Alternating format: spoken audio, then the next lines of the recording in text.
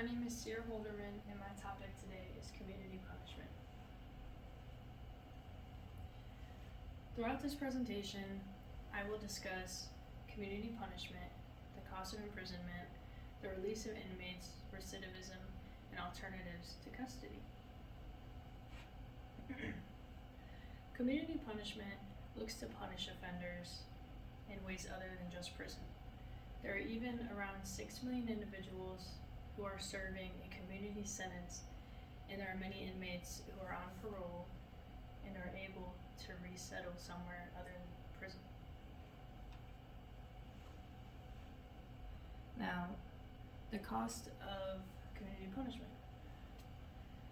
So we already know that it roughly costs $20,000 to $40,000 a year to house an inmate for just 1 year.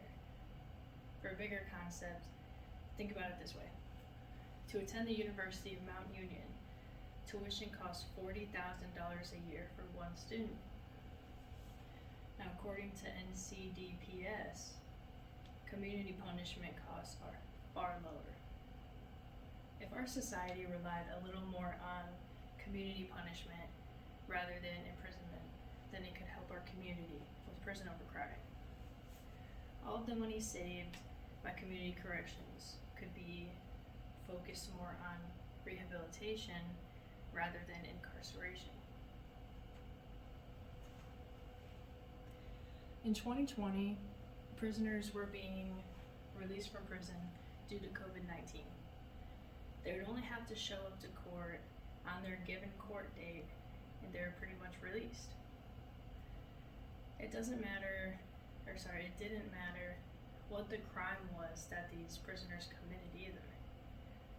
So this raises an important question of why are we housing inmates in prison when we could be taking alternative actions?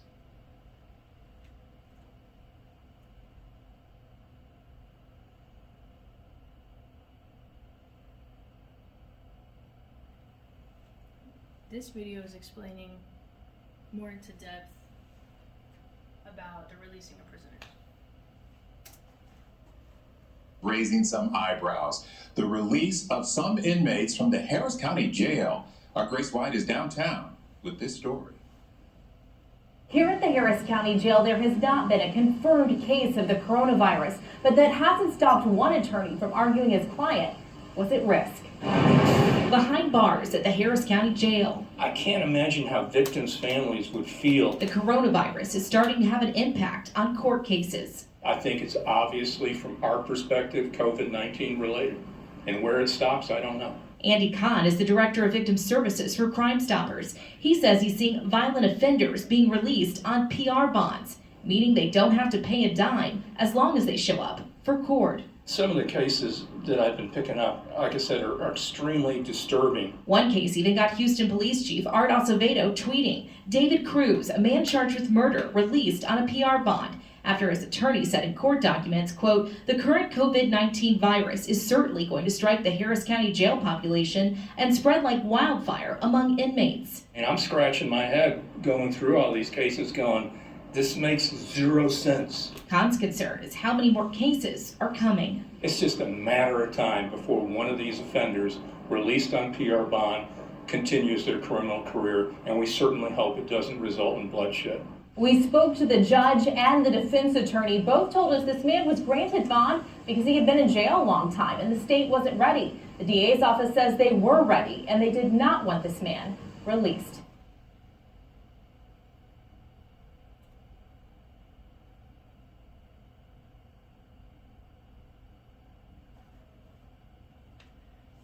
So that leads us into talking about recidivism.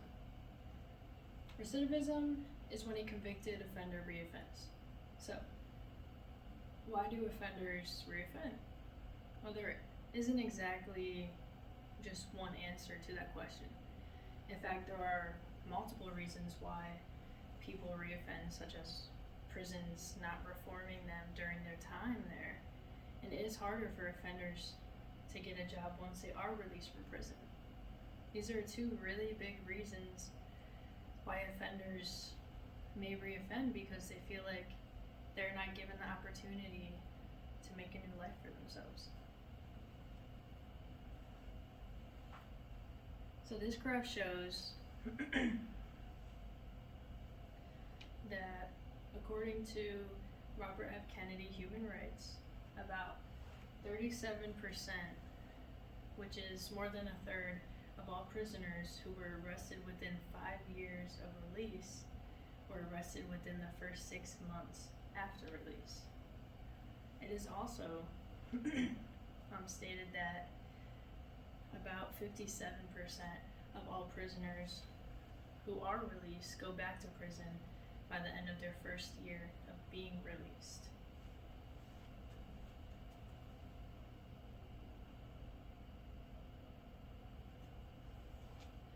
So this leads to the discussion of changing offenders. Now, we can't expect an offender to change their behavior if they are not given the means to. If the offender goes back to the same environment that they got in trouble in the first place, then they are bound to repeat their bad ways and habits. And I can't forget to mention, in our history, the pace of imprisonment in the US has expanded dramatically, filling the prisons to their maxes and leaving them in horrible living conditions for the inmates.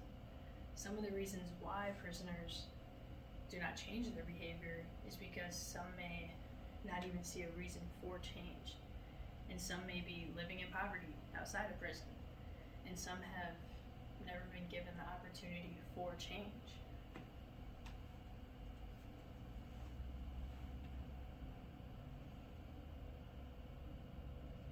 And I have two pictures here that shows a prison in Alabama of a women's prison and a men's prison. And you can easily see the overcrowding in these pictures. These inmates are inches from each other, and there's one on top and one in the bottom. So it leaves open for attacks within the prison, and it's very hard for the officers to even get to the prisoners to try to save them from the attacks that are bound to happen.